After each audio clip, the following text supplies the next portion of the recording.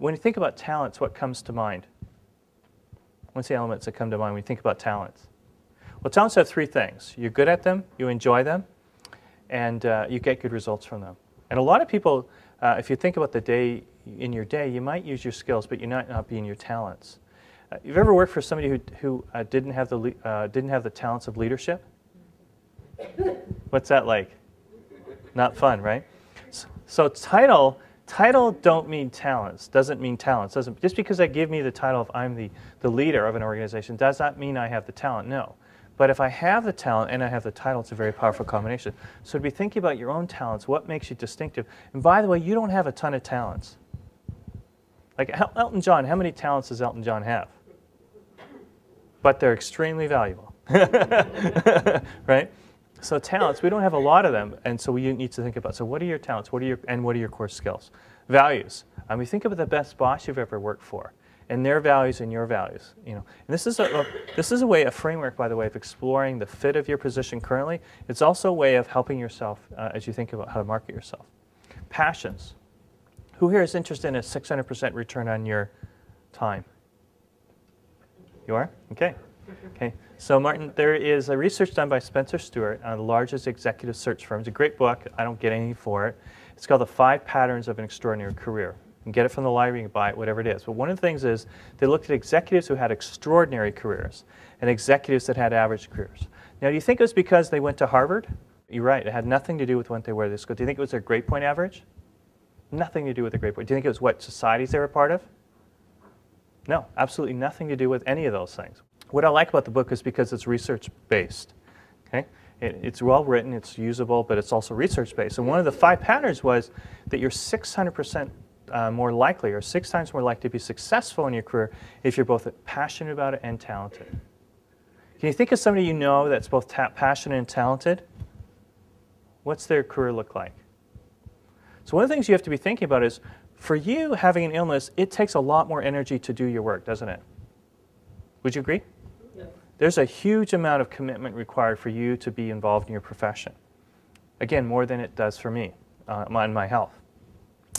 I would like to encourage you to think about what can you make sure that you're engaged in that, whatever that is, whatever sector it is, whatever area it is, whatever idea it is, that you are engaged with it, because the cost of it is too high not to be. I mean, statistically, we have an illness or not, it doesn't really matter, but just for you as in your community and what you're dealing with, I think it's really, really important. How passionate, and maybe you can think of the term of not passion, but engaged. And then lifestyle and ecosystem. Ecosystems are what? Company culture. Now, how do you think you can use this model as you think about breathing life into your career? And one is what you want, and number 2 is helping with employers when the buyers, the hiring manager is looking for, is what do you have to offer them? And again, a lot of people in interviews, they're not hired because they don't have the ability to do a great job. They're not hired because they don't have the ability to communicate that to the buyer, the hiring manager. It's unfortunate. It's interesting. I was reading I'm a bit of a political junkie, and I was reading the book Game Changers on the political campaign with Barack Obama. Now, Barack Obama had a 2-year interview process, and it was a $1.2 billion marketing campaign to get his new job, didn't he? Right? He had a $1.2 billion marketing campaign to get his job. So we talked about this whole concept of marketing.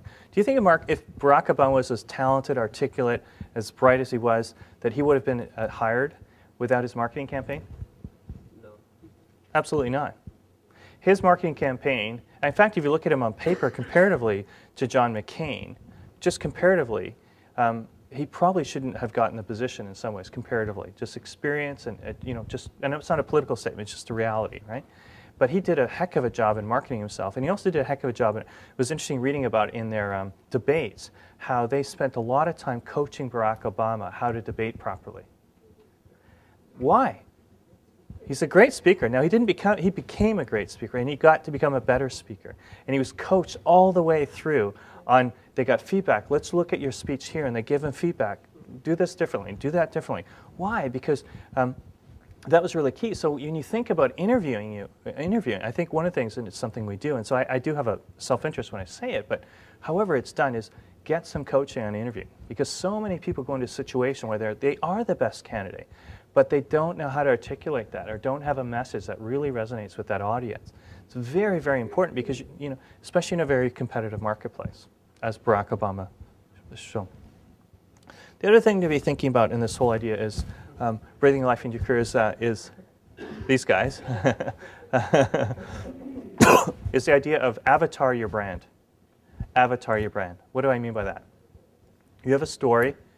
We want to use technology such as Twitter, LinkedIn, Facebook. Who here is on LinkedIn?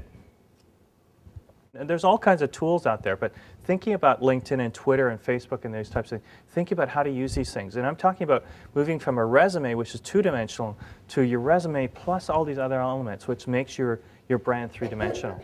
So you have a story, use technology, and you need to market yourself. So thinking about your brand three-dimensional. And this is an emerging thing as you think about managing your career and breathing life into your career, is you need to be thinking about how to use technology and things like that. So I'm going to do 10 quick final thoughts, and then we're going to open up to Q&A.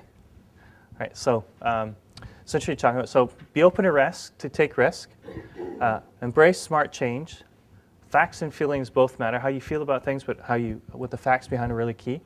The difference between permission to decision. When you go to your boss or you go to a friend, I found a lot of people are asking them for permission, not actually asking for their opinion.